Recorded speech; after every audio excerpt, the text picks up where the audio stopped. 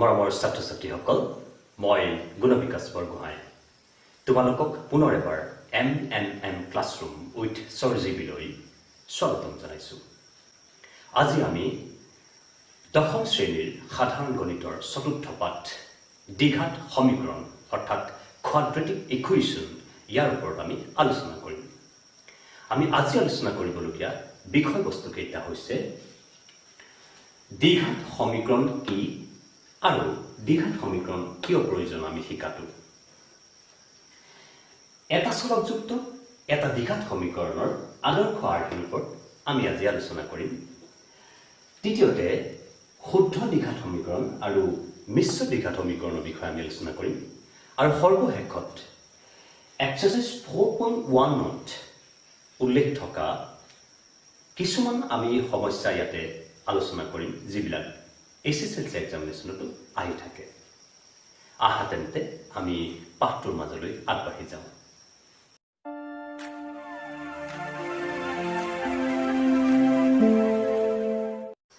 ছাত্ৰ-ছাত্ৰীসকল, এই চেনেলটো মই মেথমেটিক্স উইথ ছাৰ জিবিৰ পৰা MMM ক্লাছৰুম উইথ ছাৰ জিবিলৈ পৰিৱৰ্তন কৰিছোঁ। গতিকে এতিয়াৰ পৰা তোমালোকে ইউটিউবত MMM classroom with sir GB বুলি টাইপ কৰি চাৰ্চ কৰিলেই মোৰ ভিডিঅ'বোৰ পাব পাৰিবা। দ্বিঘাত সমীকৰণ কি আৰু কিয় প্ৰয়োজন এই কথাটো আলোচনা কৰিবলৈ বা ভালকৈ বুজি পাবলৈ মই ইয়াত এটা বাস্তৱিক সমস্যা লিখি লৈছোঁ। সমস্যাটো এনেধৰণৰ যে এডোখৰ আয়তাকাৰ মাটি আছে যাৰ কালি দিয়া আছে 528 বৰ্গ মিটাৰ। ইয়াৰ দীঘ প্ৰস্থৰ দুগুণতকৈ এক বেছি আমি দীঘ আৰু প্ৰস্থ নিৰ্ণয় কৰিব লাগে। আমাৰ সুবিধা হোৱাকৈ মই ইয়াতে ABCD আমাৰ আয়তাকাৰ মাটিডোখৰ বুলি ধৰি থৈছোঁ। এতিয়া ইয়াৰ যিটো কালি দিয়া আছে 528 স্কুৱেৰ মিটাৰ। যিহেতু আমি দীঘ আৰু প্ৰস্থ নাজানো, গতিকে আমি দীঘ আৰু প্ৰস্থ কিবা চলকৰ দ্বাৰা তাক আমি ধৰি ল'ব লাগিব। প্ৰশ্ন হ'ল যে আমি দীঘ আৰু প্ৰস্থক দুটা ভিন্ন চলক ব্যৱহাৰ কৰিম নে নকৰিম। সেই কথাটো জানিবলৈ আমি যদি ভাল ধৰণে ইয়াৰ চৰ্তটো প্ৰশ্নটোত থকা চৰ্তটো পঢ়োঁ তেতিয়াহ'লে আমি সহজতে বুজিব পাৰিম। ইয়াত কৈছে যে দীঘ প্ৰস্থৰ দুগুণতকৈ এক বেছি, অৰ্থাৎ ইয়াৰ দীঘ প্ৰস্থৰ ওপৰত নিৰ্ভৰশীল। গতিকে যদিহে আমি কেনেবাকৈ প্ৰস্থটো জানিব পাৰোঁ তেতিয়াহ'লে আমি দীঘটো উলিয়াবলৈ সহজ হ'ব। সেইকাৰণে ইয়াত দুটা চলক নধৰি দীঘ আৰু প্ৰস্থৰ কাৰণে আমাৰ এটা চলকতেই অংকটো সমাধান কৰিবলৈ সুবিধা হ'ব। গতিকে আমি ধৰি লওঁ যে ধৰা হওক প্ৰস্থ x মিটাৰ। এইকাৰণে মিটাৰ কাৰণ কালিটো বৰ্গ মিটাৰ এককত আছে। যদি প্ৰস্থ x মিটাৰ বুলি ধৰিলোঁ তেন্তে দীঘ কি হ'ব? কৈছে যে দীঘ প্ৰস্থৰ দুগুণতকৈ এক বেছি, অৰ্থাৎ দীঘ xৰ যিহেতু প্ৰস্থ আমি x ধৰিলোঁ xৰ দুগুণতকৈ এক বেছি। তো xৰ দুগুণ হৈছে twice x, এক বেছি গতিকে যোগ এক। গতিকে আমি দেখিলোঁ যে দীঘ পালোঁ twice x plus 1, প্ৰস্থ পালোঁ x। ঠিক আছে, আমি এই মাটিডোখৰ তেতিয়াহ'লে কালি নিৰ্ণয় কৰোঁ। তেতিয়াহ'লে ABCDৰ কালি হ'ব, ABCD মানে মাটিডোখৰৰ ABCDৰ কালি হ'ব দীঘ পূৰণ প্ৰস্থ। গতিকে twice x plus 1 হৈছে দীঘ আৰু প্ৰস্থ হৈছে x।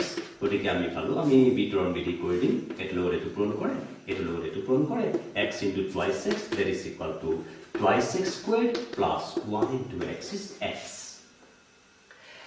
আমি আমাৰ ধৰা মতে এই আয়তাকাৰ মাটিডোখৰ কালি পালোঁ twice x squared plus x, কিন্তু প্ৰশ্নই দি থৈছে যে সেই আয়তাকাৰ মাটিডোখৰ কালি 528।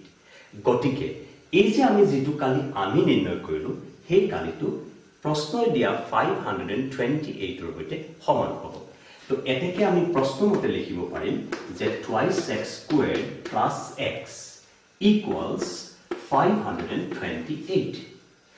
ইয়াক আমি এইফালে পক্ষান্তৰ কৰি দিলোঁ। twice x squared plus x minus 528 equals 0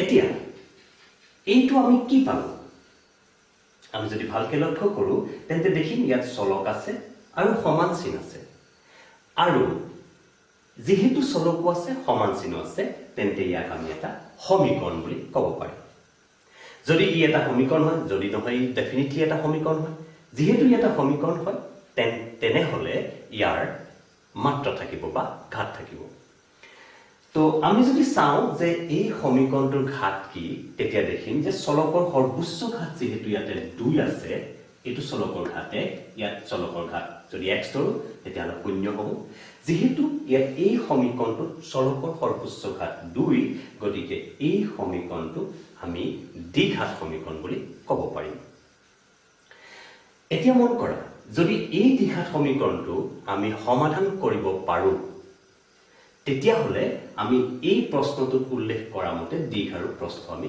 উলিয়াব পাৰিম গতিকে আমি যে দ্বিঘাত সমীকৰণ শিকিছো এই দ্বিঘাত সমীকৰণটো আমাৰ দৈনন্দিন জীৱনত আমি পোৱা কিছুমান বাস্তৱিক সমস্যা সমাধান কৰিবৰ বাবে আমি দ্বিঘাত সমীকৰণৰ ব্যৱহাৰ কৰো গতিকে আমি পালো যে যিবিলাক সমীকৰণৰ ঘাত 2 সেই সমীকৰণবিলাকক দ্বিঘাত সমীকৰণ বোলে আৰু যদি সেই সমীকৰণটোত এটা চলক থাকে তেতিয়া হলে আমি এটা চলকযুক্ত দ্বিঘাত সমীকৰণ বুলি কম যদি তাত দুটা চলক থাকে তেতিয়া হলে আমি দুটা চলকযুক্ত দ্বিঘাত সমীকৰণ বুলি কম তোমালোকৰ দশম শ্ৰেণীৰ সাধাৰণ গণিতৰ পাঠ্যক্ৰম অনুসৰি আমি ইয়াতে কেৱল এটা চলকযুক্ত দ্বিঘাত সমীকৰণৰ ওপৰতে আলোচনা কৰিম ছাত্ৰ ছাত্ৰীসকল এইবাৰ আমি এটা চলকযুক্ত দ্বিঘাত সমীকৰণৰ আদৰ্শ আৰ্হিৰ বিষয়ে আলোচনা কৰিম x চলকযুক্ত এটা দ্বিঘাত সমীকৰণৰ আদৰ্শ আৰ্হিটো হৈছে ax² + bx + c = 0 য'ত a b c বাস্তৱ সংখ্যা আৰু a ৰ মান 0 নহয় যেহেতু a b c বাস্তৱ সংখ্যা গতিকে আমি a b c স্থানত ভিন ভিন মান বহুৱাই বিভিন্ন ধৰণৰ দ্বিঘাত সমীকৰণ পাব পাৰিম ইয়াতে প্ৰশ্ন হয় যে ax² + bx + c = 0 ইয়াক কিয় x চলকযুক্ত দ্বিঘাত সমীকৰণৰ আদৰ্শ আৰ্হি বুলি কোৱা হয় ইয়াৰ উত্তৰ ক'ব লাগিব যে যেহেতু ax² + bx + c = 0 এই আৰ্হিটোৱে আমি লিখিব পৰা x চলকযুক্ত যিকোনো দ্বিঘাত সমীকৰণক ই যেহেতু প্ৰতিনিধিত্ব কৰে গতিকে ইয়াক আমি আদৰ্শ আৰ্হি বুলি কৈছো এই আদৰ্শ আৰ্হিটোত মনত ৰাখিবা যে প্ৰথম যেটো পদ থাকে যেটো চলকৰ সৰ্বোচ্চ মাত্ৰাযুক্ত পদ হয়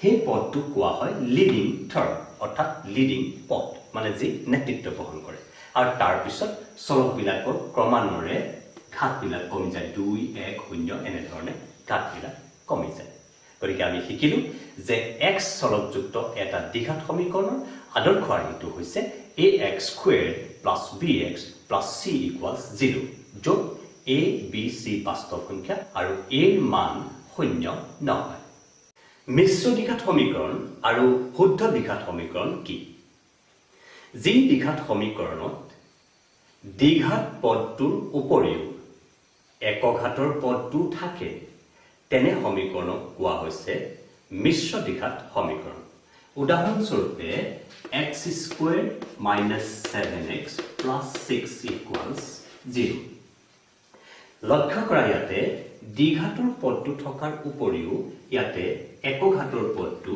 আছে সেই গতিকে ই এটা মিশ্ৰ দ্বিঘাত সমীকৰণ আকৌ চোৱা -3x² + 6x = 0 ইও এটা মিশ্ৰ দ্বিঘাত সমীকৰণ কাৰণ ইয়াতে দ্বিঘাত পদটো আছে আৰু একঘাতৰ পদটো আছে গতিকে য'ত দ্বিঘাত পদ আৰু একঘাত পদ থাকে তাক আমি মিশ্ৰ দ্বিঘাত সমীকৰণ বুলি কৈছো আকৌ যিবিলাক দ্বিঘাত সমীকৰণত একঘাতৰ পদটো নাথাকে তেনে দ্বিঘাত সমীকৰণক শুদ্ধ দ্বিঘাত সমীকৰণ বুলি কোৱা হৈছে উদাহৰণস্বৰূপে 4x² + 6 = 0 ইয়াতে দ্বিঘাতৰ পদটো আছে কিন্তু একঘাতৰ পদটো নাই গতিকে ইয়াক কোৱা হৈছে শুদ্ধ দ্বিঘাত সমীকৰণ আকৌ আমি লিখিব পাৰো যে x² = 0 ইয়াতো কেৱল দ্বিঘাতৰ পদটো আছে, একক ঘাতৰ পদটো নাই, গতিকে এই দুয়োটাই হ'ব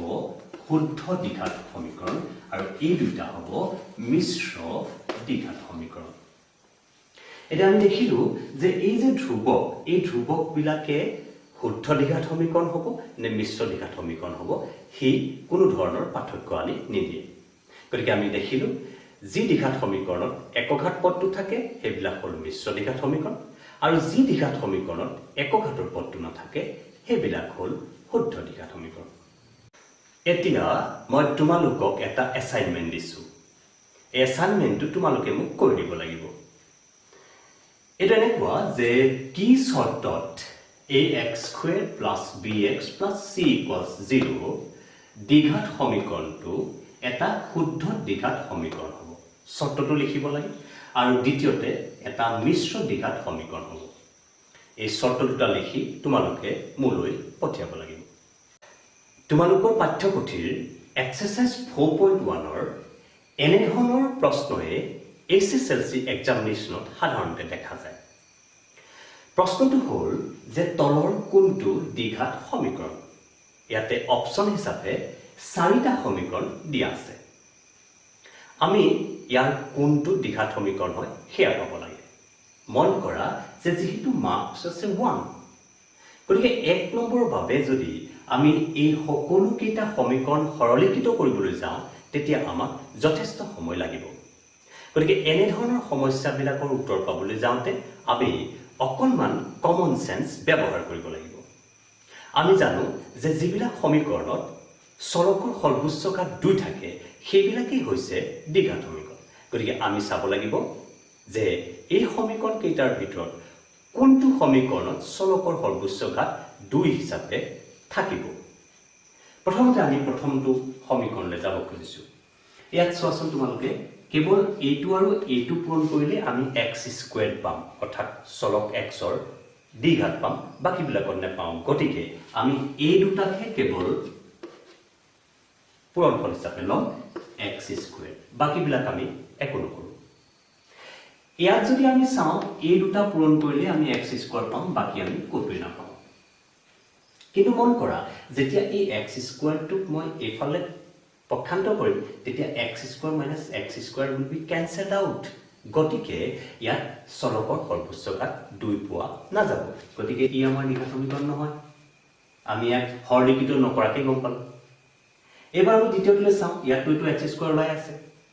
ইয়াত যদি আমি a-b² অভেদটো ফটাই দিওঁ তেতিয়াহ'লে ইয়াতো x² ওলাব, আৰু ইয়াত যদি এইফালে পক্ষান্তৰ কৰি দিওঁ পুনৰ ইয়াৰ নিচিনাকৈ x² - x² কেঞ্চেল আউট হ'ব। গতিকে ইও দ্বিঘাত সমীকৰণ নহয়। এইবাৰ ইয়ালৈ আহিল। ইয়াত আমি যিহেতু দেখিছোঁ যে ইয়াৰ সৰ্বোচ্চ ঘাত 3 আছে, গতিকে এনেকুৱা ক্ষেত্ৰত অকণমান সাৱধান হ'ব লাগিব।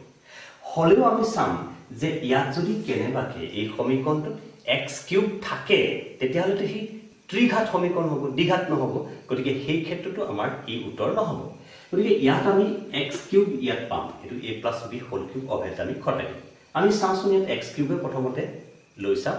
অৱশ্যে যদি x³ কেঞ্চেল আউট হয় তেতিয়া আমি তাক দ্বিঘাত আছে নে নাই পদটো তেতিয়া পৰীক্ষা কৰিম। এতিয়া এইটো যদি আমি অপেন কৰি দিওঁ তেতিয়া কি হ'ব? এইটো 2x3। এতিয়া x³ ফাললৈ যদি 2x³ পক্ষান্তৰ কৰোঁ তেতিয়াহ'লে x³ - 2x³ = -x³ থাকিব।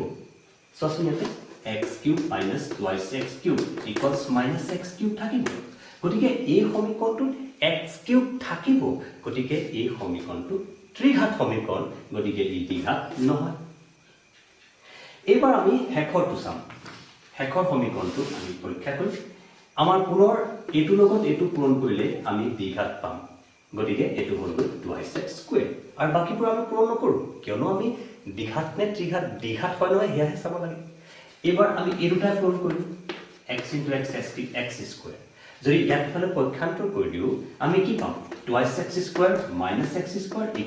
x², অৰ্থাৎ চলকৰ সৰ্বোচ্চ ঘাত 2 হিচাপে থাকিলে সেইকাৰণে এইটোৱে হ'ব আমাৰ দ্বিঘাত সমীকৰণ।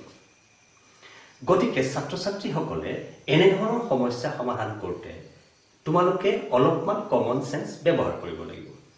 নহ'লে 1 নম্বৰ প্ৰশ্ন এটা কৰিবলৈ যাওঁতে আমি অনাহকতে যথেষ্ট সময় খৰচ কৰিবলগীয়া পৰিব পাৰে। আশা কৰোঁ ছাত্ৰ ছাত্ৰীসকলে আমি আজি আলোচনা কৰা সকলোবিলাক কথা বুজি পাইছে। ইয়াৰ পিছৰ যিটো মই ভিডিঅ' বনাম তাত আমি ডিটেইলছ কৰি দ্বিঘাত সমীকৰণৰ সমাধানৰ ওপৰত আলোচনা কৰিম। গতিকে আজি আমি ইয়াতে পাঠটো সামৰিব লাগিব। খুব সোনকালে আমি পুনৰ লগ পাম। ধন্যবাদ।